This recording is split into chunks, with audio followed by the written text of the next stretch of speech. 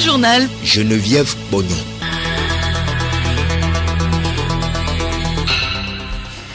Madame, Monsieur, bonjour et bienvenue si vous nous rejoignez à l'heure du journal de la mi-journée. C'est Anani Agbodissi qui prend désormais les rênes du bureau cantonal des prêtres et prêtresses des cultes vaudous et des traditions du Togo dans le canton d'Aplaouz-Gatli. Le bureau a été installé hier. Il appelle les 27 membres du bureau à jouer pleinement leur rôle. Les Tunisiens sont aux urnes ce dimanche pour le compte des législatives. Plus de 15 000 candidats repartis sur 1500 listes briguent les 217 sièges de l'Assemblée des représentants du peuple. Le rejet des élites et des listes indépendantes devrait offrir à l'hémicycle un visage nouveau. Au Tchad, les enseignants se mobilisent pour des revenus décents. Depuis 3 ans, les salaires des agents de l'État ont été amputés en raison de la crise que traverse le pays. Et puis, c'est officiel, le championnat de la D1 au Togo démarre cet après-midi sur toute l'étendue du territoire national. La réunion technique du match d'ouverture de la saison 2019-2020 a été effectuée ce dimanche au stade municipal de Lomé.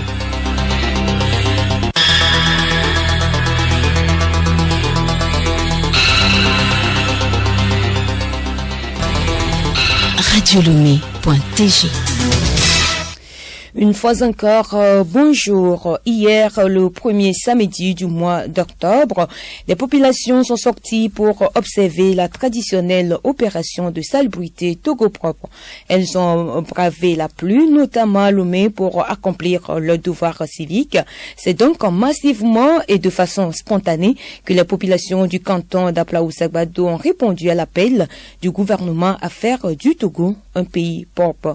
Agbouché Komlan, préfet du Golfe. C'est une opération que le gouvernement a insignée pour le premier samedi du mois. Nous avions choisi Bougomé pour remercier le gouvernement parce qu'il nous a donné un commissariat qui va assurer la sécurité de nos paisibles populations, qui fait que l'administration est proche des administrés. Nous voudrions passer par ce canal pour dire un grand merci au chef de l'État et à tout le gouvernement. L'action, c'est de mettre le commissariat propre pour qu'il y ait de la vie, parce que c'est des humains qui vont travailler ici. Et toute la population est sortie massivement. Je voudrais profiter de l'occasion pour remercier la population et leur dire que l'opération Ville propre, ce n'est pas quelqu'un qui nous a envoyé le faire. Nous le faisons pour nous-mêmes. C'est pour l'assainissement et le développement de notre milieu. Autre sujet de cette édition, le bureau cantonal des prêtres et prêtresses des cultes vaudous et des traditions du Togo a été installé hier dans le canton d'Aplaouz-Gatli. C'est M. Anani Agbodissi qui a été porté à la tête de ce bureau de 27 membres pour un mandat de 5 ans. La cérémonie a été présidée par Hunogan Achinou Messan Storé, premier président national des chefs traditionnels d'Aplaouz-Gatli, en présence du préfet du Golfe, Komlan Agbouché. Les premiers mots du président cantonal élu des prêtres et prêtresses vaudous d'Aplaouz-Gatli invitent les membres à jouer pleinement leur rôle. Nous l'écoutons. C'est pour juste regrouper tous les prêtres et prêtresses qui sont dans le canton d'Aplaouz-Gatli. Parce que, entre-temps, les gens ne sont pas sérieux, ils ne font pas je ne sais pas comment vous dire, ils sont des menteurs, ils ne font pas le travail comme il faut. C'est pourquoi notre président national nous a dit de regrouper tous les prêtresses et tous les Hunogans et autres pour qu'on trouve le compromis pour le développement du Togo.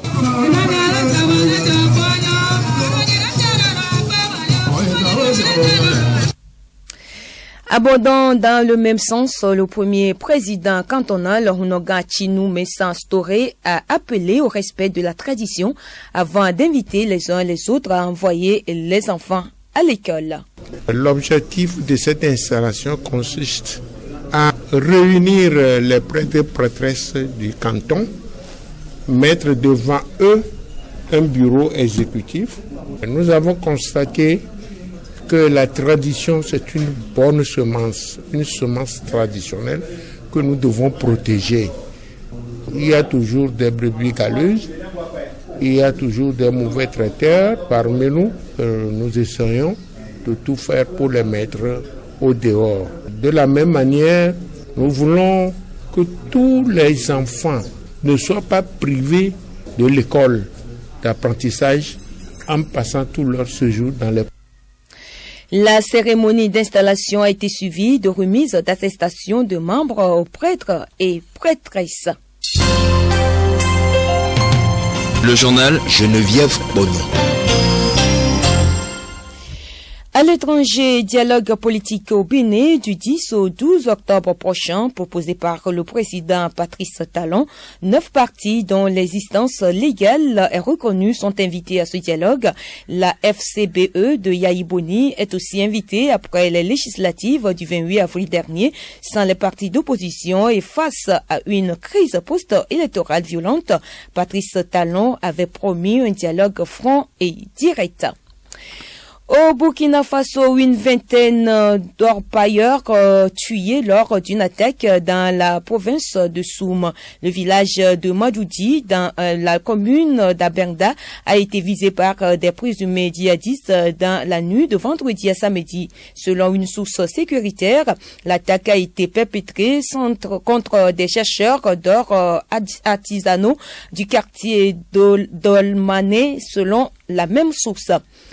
La société civile gambienne réclame la mise en ligne de rapports sur les crimes économiques commis sous Yahya Jammeh. L'ampleur du pillage de l'ancien dictateur et son entourage a été évaluée à 360 millions d'euros. Le rapport a été publié le 13 septembre dernier, mais il est quasiment inaccessible. Dans une lettre ouverte, le collectif Rights to Know, droit du savoir, et le syndicat des journalistes réclament une meilleure diffusion de ce rapport. En République démocratique du Congo, le gouvernement a dit observer une réduction du nombre de cas d'Ebola. C'est en tout cas ce qu'a indiqué un communiqué des services du Premier ministre Sylvestre Lunga à l'issue d'une rencontre avec le patron de la riposte, le professeur Mouyembe. L'OMS se réjouit également de cette avancée pendant que Médecins sans frontières reste prudent. Une campagne pousse les jeunes Ivoiriens à s'inscrire sur les listes électorales pour chaque jeune une fois. C'est le nom de cette campagne pour motiver les jeunes électeurs de la Côte d'Ivoire à se rendre aux urnes à un an de la prochaine élection présidentielle. L'initiative a été lancée vendredi dernier par des organisations de jeunesse qui déplorent le faible taux d'inscription sur les listes électorales. Selon les statistiques, plus de 3/4 de l'électorat qui a moins de 35 ans n'ont pas leur nom sur la liste électorale. L'opposant camerounais qui lutte pour l'autonomie des régions anglophones du nord du pays et plusieurs dizaines de ses camarades ont recouvré hier leur liberté. Un geste du président Paul Biya pour montrer, selon le ministre de la Communication, sa bonne foi à œuvrer pour le rétablissement de la paix dans le pays. Le ministre rappelle également que cette mesure devrait servir d'opportunité pour les opposants pour désormais respecter les lois du pays et cesser de semer le trouble. Maurice Kanto, accueilli par une foule de partisans en liesse, dit être de son côté déterminé à mener sa bataille politique jusqu'au bout. Je le disais en titre, les Tunisiens votent ce dimanche pour le compte des élections législatives. Plus de 15 000 candidats répartis sur 1500 listes briguent les 217 sièges de l'Assemblée des représentants du peuple. Édouard Sonon. Initialement prévu pour se dérouler avant le premier tour de l'élection présidentielle, ce scrutin parlementaire, en raison de la mort du chef de l'État en juillet, se tient entre les deux tours ce dimanche. L'élan anti-système qui a marqué la présidentielle devrait également teinter le vote du jour. Les difficultés économiques qui pèsent sur les citoyens et les promesses de jours meilleurs non tenus auraient raison des partis politiques qui ont gouverné ces dernières années. Mais la transition démocratique passe par l'émergence de listes indépendantes qui forment un tiers des prétendantes. Le parti arrivé en tête devra composer un gouvernement. Plusieurs analystes craignent un éclatement de l'Assemblée des représentants du peuple, tant les partis politiques se présentent en ordre dispersé. Sans majorité claire, capable de se dessiner, il sera très difficile de former un gouvernement. Près de 2 millions de Kosovars sont appelés également aux urnes ce dimanche pour des élections législatives anticipées très attendues. Un scrutin organisé suite à la démission du Premier ministre Ramush Haradinaj en juillet dernier après sa convocation par la Cour spéciale de la Haye pour le Kosovo. Le pape François a célébré ce dimanche une grande messe consacrée au synode spécial sur l'Amazonie qui va se tenir à Rome pendant 3 semaines et va réunir plus de 110 évêques et des experts du monde entier. Ce synode porte sur le thème les nouveaux chemins d'évangélisation pour l'Église et l'écologie intégrale. Il défie de nouveau le gouvernement malgré la répression policière et judiciaire qui s'intensifie. Des milliers de personnes sont descendues dans la rue ce dimanche. À Hong Kong, il s'oppose à l'arrêté anti-masque pris il y a 2 jours censé les empêcher de se couvrir le visage dans l'espace public.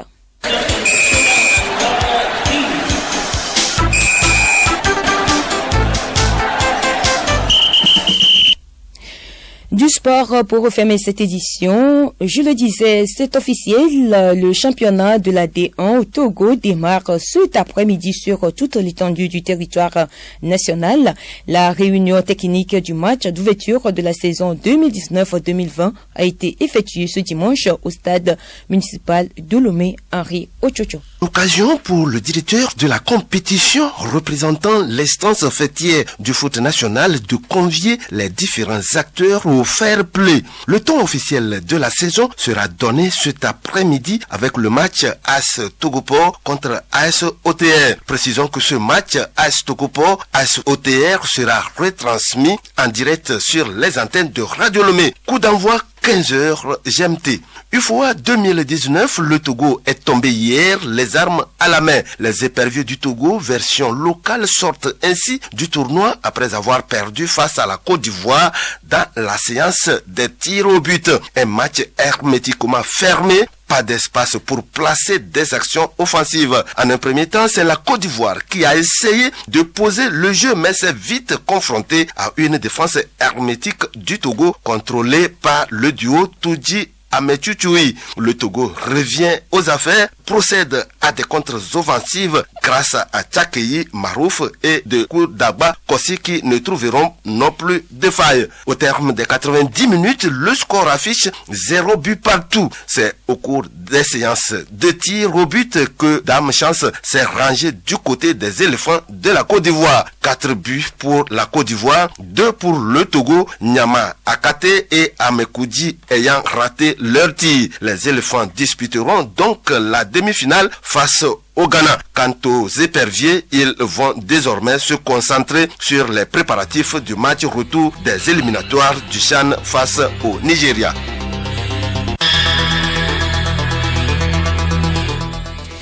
Ainsi se referme ce journal. Merci à vous qui nous avez suivis. Avant de nous séparer, retenez que c'est Anani Agbodissi qui prend désormais les rênes du bureau cantonal des prêtres et prêtresses des cultes vaudous et des traditions du Togo dans le canton d'Aplaou-Gakli. Le nouveau bureau a été installé hier. Il appelle les 27 membres du bureau à jouer pleinement leur rôle. Et puis au Tchad, les enseignants se mobilisent pour des revenus décents depuis 3 ans. Les salaires des agents de l'État ont été amputés en raison de la crise que traverse le pays.